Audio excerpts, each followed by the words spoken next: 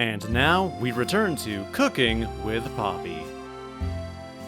How do I make spaghetti? Okay, first, you get a pot. You get a pot, and it has to be big enough to hold all the spaghetti you want. The pot size is very important. You might have to break the spaghetti in half. Don't worry, it doesn't change the taste as much as people try and tell you it does. It doesn't. You can break the spaghetti in half, it's fine. Okay, then you have to take the pot and you gotta fill it like 2/3 of the way with water. Some people measure out the water specifically. I don't. I just put like 2/3 of the pot with water. You just fill it up a little bit. You don't want it to bubble over though. You don't want it to bubble over. That'd be bad. And now make sure that 2/3 of the water is going to be enough to cover the pasta without it bubbling over. That's important. You got the ratios are very important here. Everybody be very careful about the ratios of water to pasta boiling over. We don't want the pasta to boil over. And then you bring the water to a boil. Yeah. Put it on top of some fire. At least mine's fire. I have a gas stove. It's fire. If you have a coil stove, then just don't do fire because that'd be bad. Poppy definitely doesn't advocate for breaking the pasta noodles. I do advocate. Break the pasta noodles. Angered all the Italians. Nah, it's fine. It's fine. It's gonna taste the same. I promise. It's fine. Why are you guys saying it's not fine? It's fine. Okay, the water has been brought to a boil. You add some salt. I don't know if you're supposed to add the salt before it boils or after it boils. I always forget to add the salt at the start, so we just add the salt while it's boiling. I don't know. She angered all the civilized people. It's just pasta. You just snap the spaghetti in half to make it fit in the pot. It's fine. It makes it a little more complicated to eat though, because then you have these half noodles and they don't spin around the fork too good. But you know, you gotta pick your battles. But when you break them, you can't slurp it up like a long noodle, like a cartoon character. You're right about that. There are some drawbacks. So if you really don't want to break the pasta noodle, then you have to get a bigger pot. You got to get a bigger pot if you don't want to break the pasta noodles, okay? That's an option, is you can get a really big pot. That way you don't break the pasta noodles. But if the pot's just not big enough, you just got to break them. Let's backtrack. Get a big pot, because apparently breaking the noodles is absolutely insanity. I don't know. Get a bigger pot. Fill it 2/3 of the way with water. We're still in the water part. And then bring that to a boil with a bigger pot, and add salt. That way it's salty like the sea. They never add enough salt to me. They say make it salty like the sea and then sprinkle the salt in there. Nah, put the salt in there. Salt that water up. And then put the pasta, but don't break it. God help you. Don't break the pasta. Put the pasta in the pot. And then, well, you can't stir it right away or it'll break. And then set the timer on the stove for whatever the box says. Whatever the box says, set the timer, because you'll forget. You'll forget how long you've been waiting. So set the timer or you will forget, and then you'll get pasta mush. Okay, we've boiled the pasta. The pasta's in the pot. The pot has been salted. Now we wait a couple minutes, and then we stir it up a little bit. You don't want it to stick to the bottom.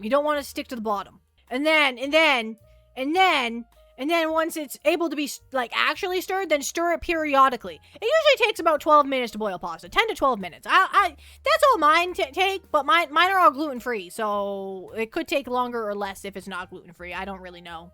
I haven't had gluten-y pasta in a very long time, so read the box. Read the directions, okay? Okay, and then once you have that, then you gotta get a colander.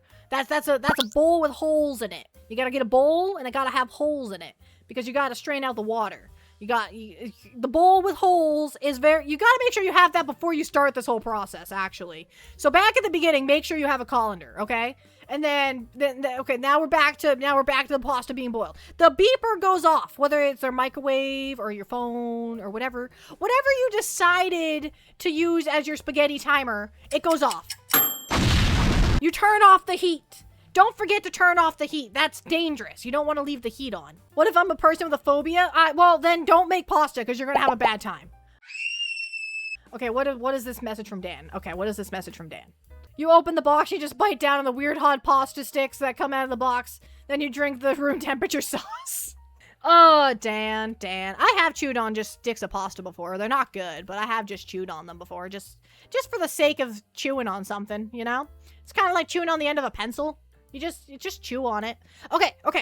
Water, boiling water in pot. You got pasta that's in hot water, and you need it to not be in hot water. So you take it, And you be very careful not to burn yourself. And if you are depending on the pot you're using, you might need an oven mitt. My pots don't get hot on the handles, but if your pots get hot on the handles, you might need an oven mitt. So you pick it up and you bring it over to the sink. You bring it over to the sink, and then you drain it in that colander thing, and you let all the pasta fall down.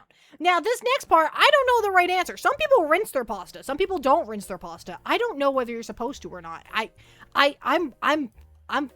have no idea. I don't typically rinse my pasta. I typically don't. I don't see the point. But like I made pasta earlier today for pasta salad, and my mom insists that the pasta needs to be rinsed when you make pasta salad. So I rinsed the pasta today because mom said to, and that's what I did. I just did what mom said. Okay, I just listened to instructions. I just follow the instructions that I'm given. Okay, so whether you rinse or don't rinse the pasta is up to you. That's your own decision. I don't know what the right answer is. Just strain it out you just at least got to get the water out of there. If you're very fancy, you retain a small amount of pasta water to add to the sauce. I don't know why. I don't know why. It's a mystery to me. But I've seen it in every single video of making pasta sauce, is that you retain a little bit of the pasta water to add in. Yeah, before straining, take a soup spoon of the salty noodle water for the sauce. I don't get it. But you got to put it in there. And then you're at this time, you should have also been making the sauce. This whole time you were making the pasta, you should have also been making the sauce. So God, I hope you made the sauce, because if you didn't, you're going to be in for a bad time. Your pasta's going to get all cold, and it's just not going to be a bad time. You got to do it at the same time. So if you're like me, you just open a jar of pasta sauce and pour it in a pot, okay? Then you add some extra seasoning because it's a little bland. And then you toss the pasta don't toss it. Gently pour the pasta into the sauce and mix it all up. Unless you're one of those people that puts the pasta on a plate and then puts your pasta sauce on top of the plate, that's an option. I think it's a weird option. I just mix it all together. Step 7, go back in time and make the pasta sauce. Yeah. The pasta water has starch and works really well with some sauces. Okay. The pasta water has starch, which helps thicken up the sauce. Okay. You guys seem to know your stuff.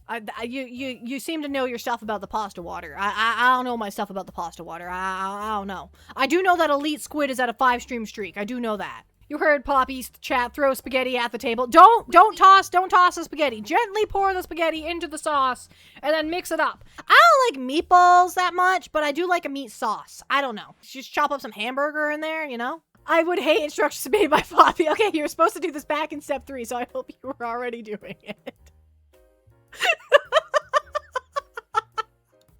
I am very good at instructions. You will know how to make pasta by the end of this video. Okay, how long have we been talking about making pasta? God, doesn't matter.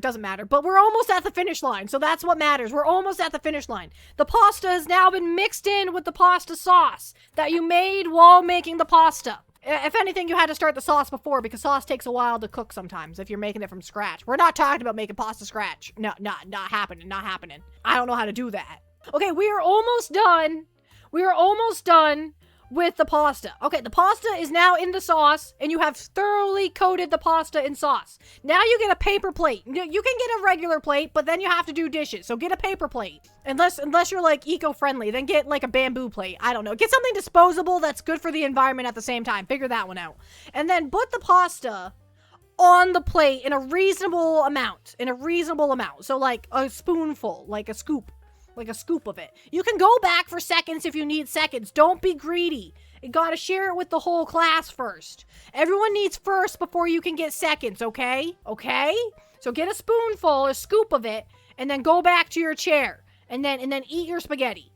And then that's how you make spaghetti. Ta-da! I'm sure you are very happy with the spaghetti story. Do you all feel thoroughly knowledgeable now about how to make pasta? We need a cooking stream where only Dan cooks but has to follow Poppy's instructions.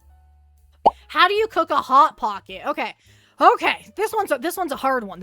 How do you cook a hot pocket? I haven't had a hot pocket since I was like 5 years old, so we're going back in time for these instructions. But I'm pretty sure it's pretty straightforward. It has the instructions on the packaging, So it should be pretty straightforward on how to cook a Hot Pocket. You take the Hot Pocket out of the plastic wrap. The plastic wrap is trash. The cardboard is not. Do not throw out the cardboard. Do not throw it out. You will ruin the entire mission if you throw out the cardboard. Okay, the cardboard has this shiny thing on the inside of it. When you open it up, there's this shiny stuff. It's to make it crunchy.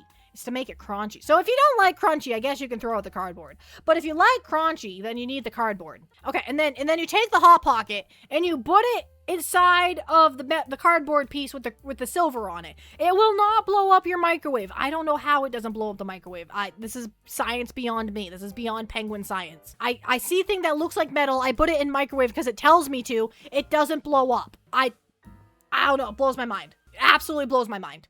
Okay, so then you take the Hot Pocket and you put it in the metal thing, the not metal thing, the cardboard packaging that it comes with. Throw out the plastic wrap. Get rid of that. Get rid of that.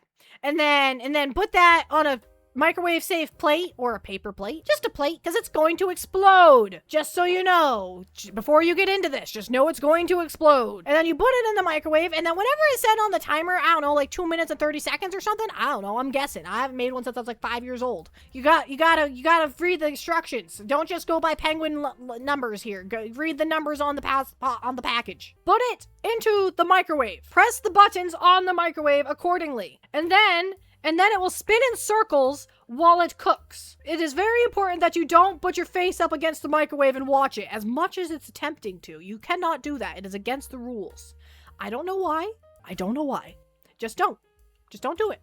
And then when it's done spinning, it will go beep, beep, beep, beep, beep. If you don't like beeping sounds, I'm very apologize, because it's going to beep. Or it's going to sing at you, depending on what your microwave does. Mine beeps, but my oven sings. My oven sings to me, guys. My oven sings to me. When it reaches temp, it like sings a little song. It's pretty entertaining. Except for when you're in a bad mood and it starts singing, you're like, shut up, oven. And then you'll go open the oven door, because that's what makes it shut up. Okay, and then we have the Hot Pocket in the microwave. It is hot. You take it out of the microwave. Well, you take the whole plate out, not just the Hot Pocket. And then it has this weird thing on the back side of it where you can push up the back of the cardboard to make like a little pouch for the Hot Pocket to rest in. And then you can eat it with like a Hot Pocket. You can eat it like that. I like the Hot Pockets with the meatballs in them. I also like the breakfast Hot Pockets. I also like the pepperoni Hot Pockets. I like Hot Pockets. I can't have Hot Pockets. So you guys should eat Hot Pockets for me. You can microwave your pants in Zomboid. Have you done this? Does it dry them off? Does it catch on fire? What happens if you microwave your pants in Zomboid? What will happen? Will it explode? Will we get to see fire physics? Fire physics. Indeed, the microwave pants in Zomboid, it burns your house down. Perfect. Perfect plan. Next time I don't want my house to be there anymore, I will simply microwave my pants. I don't have pants on, I have a skirt on. Does it work with skirts? Next time I eat a Hot Pocket, it will be dedicated to Poppy. Thank you! I appreciate it. I appreciate the Hot Pocket. The Hot Pocket dedication, because like I can't have them and I really like them. Just be very careful with the Hot Pocket, because it's going to be blistering hot on the edges and then the center is going to be cold. There's no way around that. That's just the way Hot Pockets work. The edges are going to be explodingly hot. You will get a burn. But the center's going to be cold. So just be ready for that. Please give me an answer. Do you eat the cardboard with the Hot Pocket or not? It's instructions unclear. I mean, that's up to you. If you want to eat the cardboard part, I don't eat the cardboard part. I'm not about that, but if you want the crust, Dan says the crust. Yeah, if you want the crust to the Hot Pocket, you go for it. I don't think the metal part's too good for you though. I don't think the metal part's going to be too good for you. I think it's going to tear up your tummy a little bit. But you know, a Hot Pocket in general is going to tear up your tummy. They're not that good for you. Yeah. That's what I was trying to say. Eat it like a man. Don't be pressured. Make your own decision. Do not give in to peer pressure. Make the decision on your own. Will you eat the pocket with or without the crust? That is up to you. Make your decision wisely. It may lead to an ER visit if you decide. If you decide to eat it, you may end up in the ER. But that's just a price you have to pay sometimes to eat the crust. Poppy is threatening us by telling us you will get burned. You will get burned by the Hot Pocket. It is inevitable.